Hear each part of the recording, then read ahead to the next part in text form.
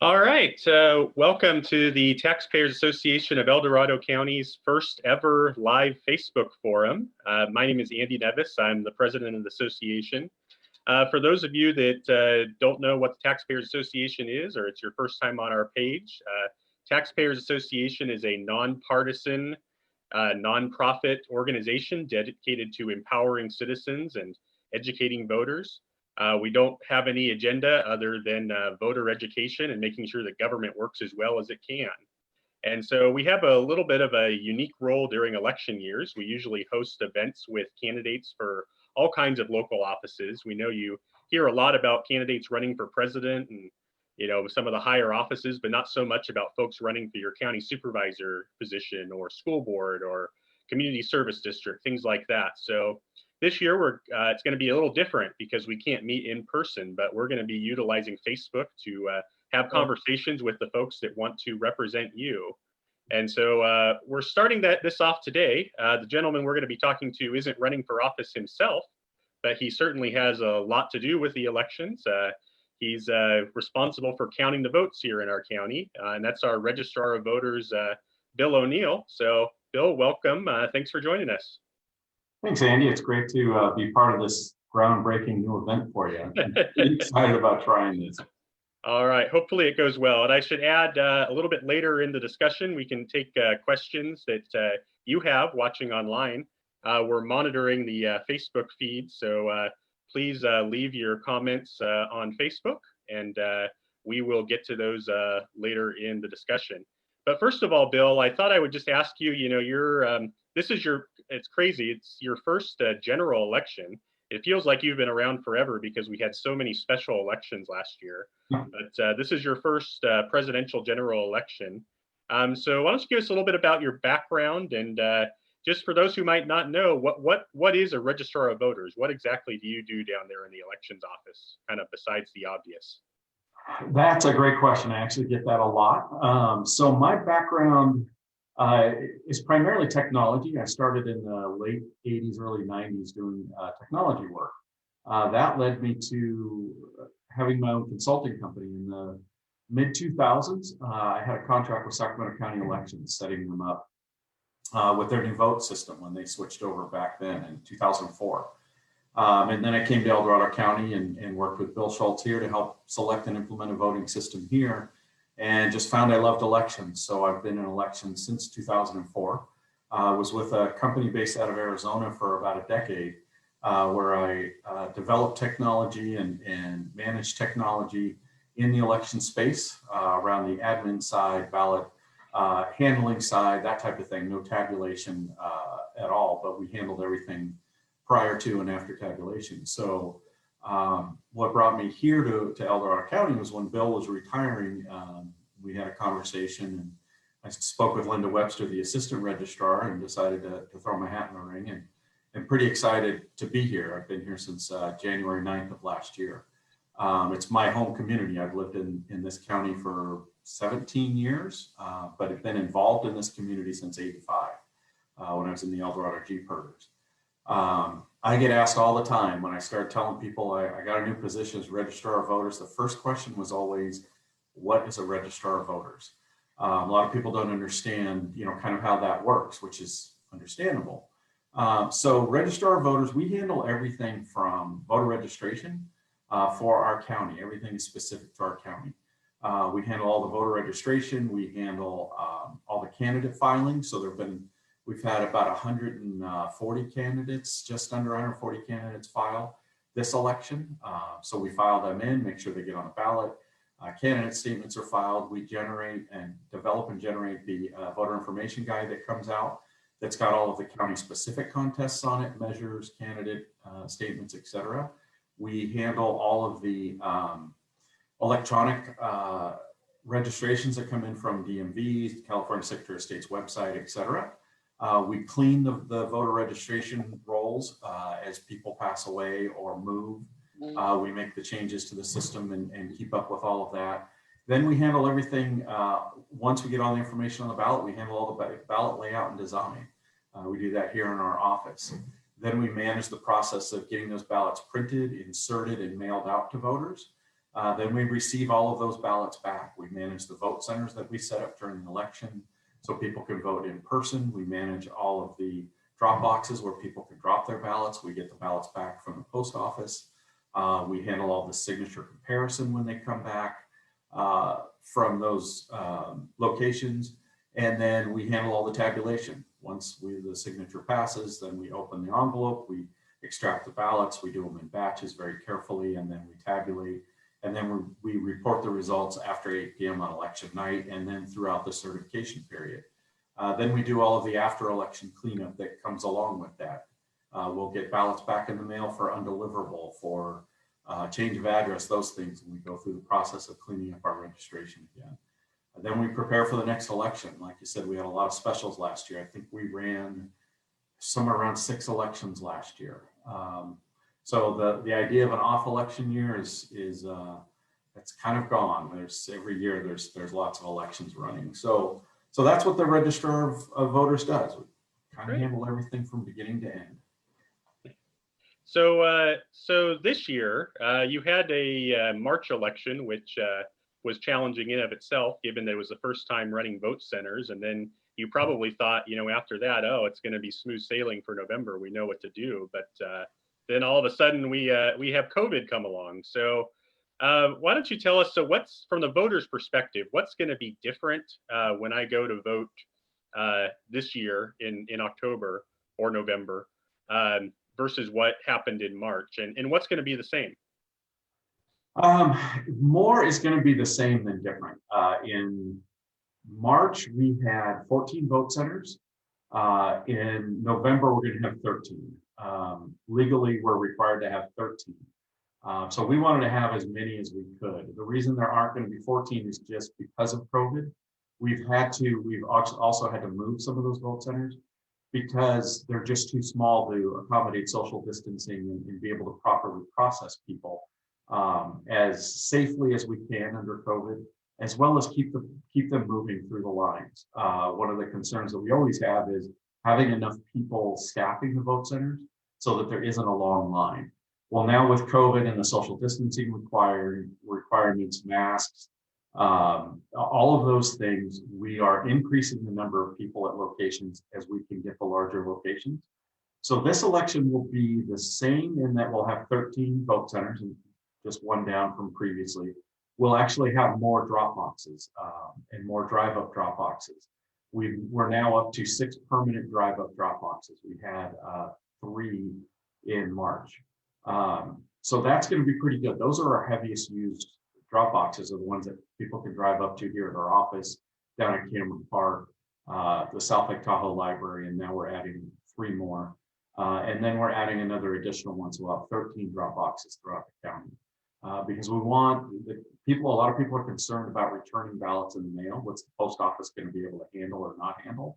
So we want to encourage people to definitely use those drop boxes. We pick them up, our office staff picks them up every single day. And then we have people stationed there at 8 p.m. on election night. And as soon as 8 p.m. Rolls around, we lock the box and pull the ballots out of it. So if you've dropped it off, we know it and it's counted.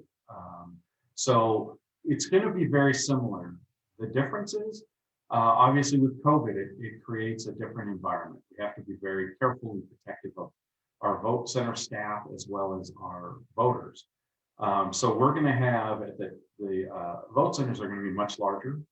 We're going to have somebody at the door who's solely responsible for ensuring we don't overfill the vote center. We only have the number of voters in that we can at a time. They're going to be encouraging people to social distance. Then we're going to have lines outside. It will probably get busy. There will be lines. So I ask people to please just be patient with us. But once they get inside, we'll have fewer people in at a time. Then we'll have more check-in stations at some of the vote centers. We'll have voting booths that are socially distanced. Our vote center workers all of them will be wearing masks or shields, face shields, and they'll be behind a plexiglass barrier. We'll have face shields, masks, hand sanitizer, and gloves at the door for voters who want to use them. So that's what they're going to be seeing. It's kind of like going into a grocery store. We're going to have very similar protocols in place. We want My goal personally is we get out of this election and not a single additional person has gotten COVID during the voting process. So that'll be the second big thing that people will see. I'm concerned there will be lines. So I just ask people again to be patient. If they want to come in person, we absolutely encourage that. We will not discourage anybody. Some of the locations, and I just met with one up in South Lake Tahoe, they require anybody entering the facility to wear a mask. So if people can't wear a mask for a medical reason or choose not to wear a mask, perfectly okay with us. But we'll just have them vote outside. We're going to implement what's called curbside voting. So somebody can pull up and say, hey, I don't want to wear a mask, or I can't wear a mask. And we'll just say, have them fill out a little card with their information. We'll take it inside, we'll print them a ballot, we'll bring it out. They can fill out the ballot in their car or at a booth outside, and then drop it in the ballot box. So we are not going to turn anybody away under any circumstances. We're going to make sure everybody can vote safely. But again, we will let people know what locations will allow them in without a mask. So if somebody chooses not to wear one, that's okay. We encourage they go to that vote center or just go to the closest one and they can vote curbside. So those are going to be the biggest differences, just kind of slowly and cautiously ensuring everybody votes. Great. So you already kind of touched on mail-in voting, which is going to be probably more significant than ever this year. But there's a lot of concern out there about the security of mail-in voting. There's been a lot of attention about that recently. How do you assure voters that mail-in voting is secure? Can you kind of walk us through the process of what happens when you mail back that ballot to when it gets counted? And then also, I get kind of relatedly, we always get a lot of questions about ballot harvesting and that issue. So maybe if you want to address, first of all, what that is and whether that's a concern. Okay, those are two great questions. There has been a lot of attention on mail ballot voting, and here in El Dorado County, prior to turning to vote centers, 80% of our voters already voted by mail. So we already had a large population of voters that chose to vote by mail or were in a mail ballot precinct. So mail ballot voting or absentee voting is really the same thing as far as the process goes. The way it works here in El Dorado County, since we're a vote center county, every voter gets a ballot in the mail. They can choose to vote it at home, which we're calling use your home as your polling place, or they're welcome to come into a vote center that will be open for 4 days starting October 31st, which is kind of fitting on Halloween as a kind of scary day, and it's been kind of a scary year. We're going to open up our vote centers on that same day. So when you get your ballot in the mail, you can vote it right there. You can vote it as soon as you get it. You can wait and vote it, on election day. It just has to be in by 8 p.m. What we do with every single ballot that we get back, whether it comes from a drop box or from the Postal Service, we scan all of those into a system that we have out in a warehouse. It'll scan about 15,000 ballots an hour. It takes an image of the envelope and it crops out the signature on that envelope. Then it sorts it into a batch of 200. We're very, very careful about how we track every single ballot. We have a saying here, no ballot left behind. Those 200 then go sit on a shelf, banded with a group number. Then the electronic image of that signature is checked by an electronic system. We have the threshold set really tight, so we only get about 16% that are approved by that system. Then those are automatically noted as the signature on reference in the voter registration file and the signature on the envelope matched. Now, if they don't match, it goes to a human eye and a person sits down and we have temp staff that have been doing this with us, some of them for more than a decade. Our staff has been trained by the Secretary of State's office, Department of Justice on handwriting and signature recognition. So every single envelope that doesn't get electronically accepted then goes to a human eye and it pulls it up side by side with the reference image from their registration file and the image from the envelope. And they can approve that or challenge that. If they challenge it, it goes to the next level person who's got the responsibility of doing the second look, and then the final step, it comes to me if it's been rejected. Now, anything that's rejected, it automatically generates a postcard for that voter. So we send them a postcard. Our goal is to get those postcards out, if not the same day, then within 24 hours. And that postcard says, look, your signature didn't match, please sign here, send it back to us, and then we can count your ballot. So those ballots that have been accepted, we run everything through the system again a second time. It kicks out the ones that have been challenged, and then it batches the ones that have been accepted into batches of 100. Those batches of 100 always stay together. The envelope and the ballot stay together. Once they've been accepted, then they move on to the next phase where we can actually open and extract the ballot. We can't do that until we've approved and accepted the signature. Then the ones that have been rejected get sequestered. They're set off to the side. They're all noted, and we're waiting for the postcard to come back. We call that being cured. Once the postcard comes back, then we pull those, we check the signature again, and then they can then also be opened. So once they have been checked and accepted and they go to opening, we open the envelope and we extract the ballot, and we do it in a way so that we can't see how anybody votes. And quite honestly, we're doing about 2,000 an hour on one machine. We don't even have time to look at how somebody voted. Then the envelopes and the ballots stay together. We know there's 100 of them, and they go to the next phase where they open up the ballots and flatten them and prepare them in that group of 100 to be tallied. Now that group of 100, I'm sorry, it's a long story, but it's a really important process. That's okay. They count the ballots. We count the ballots manually, 1, 2, 3, 4, up to 100. We've got 100 ballots, then we count the envelopes, make sure we have 100 envelopes. Provided they both match, or it might be 99 because one of them might have come in empty. That happens sometimes. We'll get empty envelopes.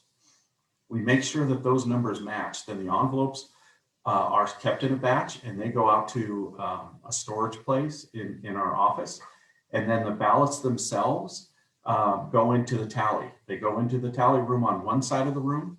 Once they get scanned through the machine, they verify yet again that we had 100 ballots here and 100 have been counted.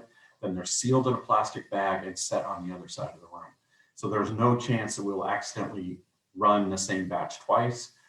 We ensure all the way along that we have the same number of ballots we started with. And we're just very careful to ensure that. On the signature side, we know people's signatures change as they get older, or they change jobs or something, their signature will change.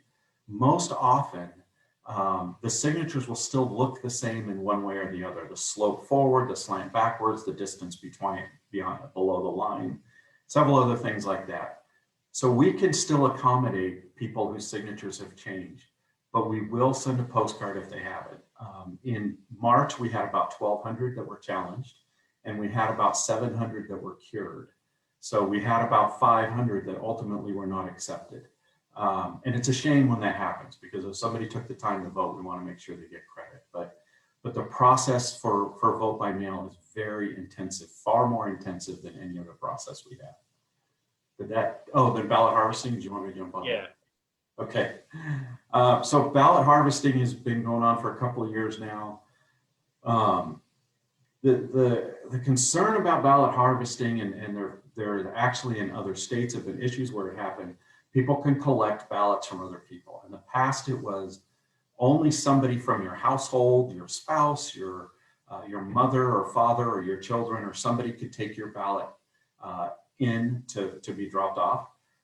Well, they changed the law, I think it was about 2 years ago, I'd have to go back and look, where anybody can pick up a ballot. One of the ideas behind this was, if there are people that are disabled, or they're homebound, let a neighbor pick it up, let other people pick it up. That was the discussions around, hey, maybe we should change this law. Whether that became political and whether it became a tool for one party or another, I don't know. But what ultimately ended up happening was a lot of controversy around it, because there were a lot of people going out there and they'd pick up hundreds and hundreds of ballots at a time. It's perfectly safe as long as the envelope's been sealed and signed. The problem comes in when the envelope's not sealed, and that's what happened in North Carolina. They did not seal their envelope, and they didn't complete their envelope. They left blank contests. So when that happens, somebody can open up that envelope, get that ballot, vote it the way they want. and then close up the envelope and seal it and send it in because you've already signed it. Signing an envelope without sealing your ballot in it is like giving somebody $1 billion bill. It's just not a safe thing to do. It's legal for quote unquote ballot harvesting. It's legal for somebody to show up with 1,000 ballots. We have never seen it in our county, but quite honestly, if somebody went to a drop box and dropped off 500 ballots, we wouldn't know. What we're looking for is the signature, making sure that the envelope hasn't been tampered with. If we get an envelope that looks like it's been opened, we'll call the voter. So we haven't seen it in our county, but that doesn't mean it wouldn't happen. That people couldn't collect 100 ballots and bring them in. And it's legal that people can do that. So we're looking for the fraud aspect but the ballot harvesting aspect is legal. So I'll remind those watching online, if you have any questions for us, please leave them in the comments. We got a couple that we'll get to in just a second. But I wanted to ask quickly on that mail-in issue. So if I'm a voter, when should I be concerned if my ballot doesn't show up in the mail? I think it's 4 weeks before the election that you send them out. When should I be calling your office and saying, hey, I haven't got mine yet, what's up? Great question. We're going to be mailing them October 5th. If you haven't received them, the post office is telling us 7 days. I would say start calling us. We send them on October 5th. If you don't have them by the 12th, be on the phone to us. Because we want to make sure it will get to a point just prior to the election where we'll send out ballot requests. We'll do it first class, or we'll encourage people to go into vote center. But if you don't have your ballot by October 12th, be on the phone with us and we'll make sure we get you a ballot. Great. And then just as far as polling place available, I guess vote center availability and poll worker availability, I know some other jurisdictions are having a lot of trouble getting volunteers this year. How are we doing here in El Dorado County, and do you need more? Gosh, we are great here in El Dorado County. We have had so many people call. The people that normally work the elections have all called and said, count me in. I think we've had, of the 120 people we used in March, we've had a half a dozen, definitely less than 10 that have said, I'm not comfortable doing it, which we totally understand. But we're doing very well right now. Plus, we've had a lot of people email us and call us and say, can I come work in the office? Can I work at a vote center? So the locations are all pretty locked down. Only one of them's a little concerned right now. And then as far as people to work the vote centers, we've got a tremendous response, and we're working with the high schools and the junior colleges about using students, because if they're not going to be back in classroom, then maybe they can get some credit and they can come work at a vote center and they get paid for it as well. So if anybody would like to volunteer, or it is a paid position, just shoot us an email, elections@edcgov.us. Great. And I know we've had some of our members in the past who have volunteered for that. I know Mike Powell, shout out to him, one of our active members who does it, I think, every election. Haven't heard if he's planning on doing it this time or not, but definitely a good thing to do, and I encourage it. So we got a couple of questions on Facebook. The first one has to do with voter fraud, and I think we've already pretty much addressed that with the questions about mail-in voting. But the second one from Chris Payne, who's also our vice president, he's asking, when's the latest we can receive election results? A day, a week, a couple of weeks? Unfortunately, Chris, I know the answer to this question, and it's longer than even that, but I'll let Bill go for it. What's the deadline for certifying the election? So the good thing about us here in El Dorado County is when we switched to vote centers, we were very well prepared already to do vote by mail ballots. So we usually release about 80% of the ballots that we will tally in total are released by about 8:05 election night. Those results are commonly very indicative of the final results. However, things do change. We will release results every Friday until the election is certified. We are going to try and certify in 28 days. We have I can't, I have to look at the code again, whether it's 28 or 30 days for this election. I believe it's 30 days.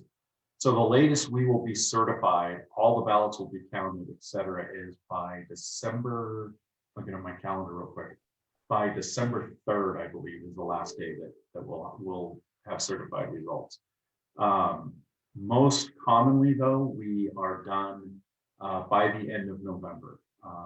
We've already got the processes in place, so we can handle it pretty well. Generally 2.5 to 3 weeks in, we're done counting all the ballots that come in. So I would expect by the end of November, we'll be certified. Great.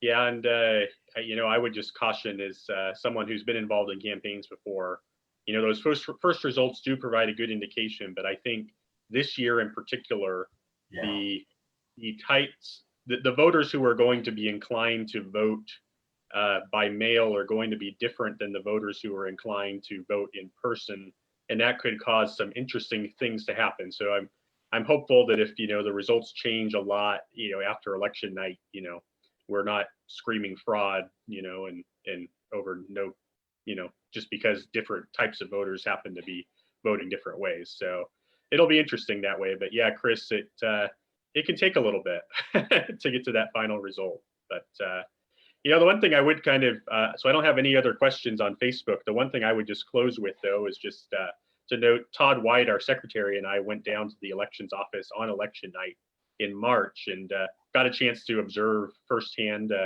what you guys do. And I think we were both very impressed. A lot of professionalism. It definitely controlled chaos is the way I'd describe it. You got ballots coming in, but they were all going to a designated area, and nobody touches them who isn't supposed to touch them. And very transparent too. I mean, you really gave us a lot of access that night, and I assume that's something that maybe won't be encouraged as much for November with COVID. But if you ever have the opportunity to go into an elections office on election night, I would highly encourage anybody to do that. So yeah, and that's two things. You made a great point with the voting for this time. That I would not be surprised if we have far more people show up at the polls. That's what we're preparing for.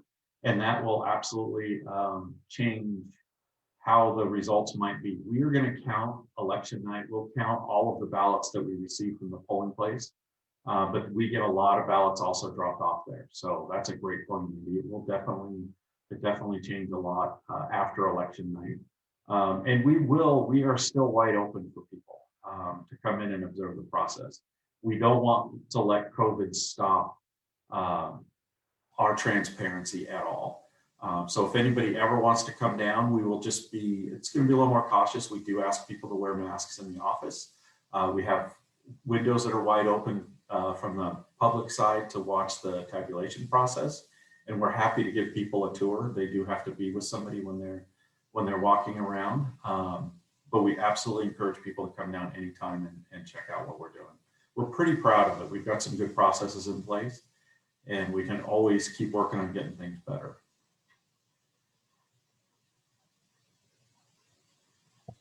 On that note, Bill, it's a very timely audience. We're ending right at 2:30. So thanks for your time. Good luck the rest of the way with the election. I'd say, so the Taxpayers Association is going to be doing a lot of these forums. Most of these will be with candidates running for office. We're working on scheduling our first ones. As soon as Bill finishes signing up all the candidates, we'll be reaching out to them to schedule conversations with them. Looking at probably having the first one with Placerville City Council candidates on August 24th. So look forward to a Facebook event announcement on that. And with that, Bill, first, anything else you'd like to add just as a close? No, I just really appreciate being part of this first live broadcast. It's really cool. Great. Thank you. Well, and thank you so much, Bill. And we'll talk to you soon. Great. Take care. All right. So.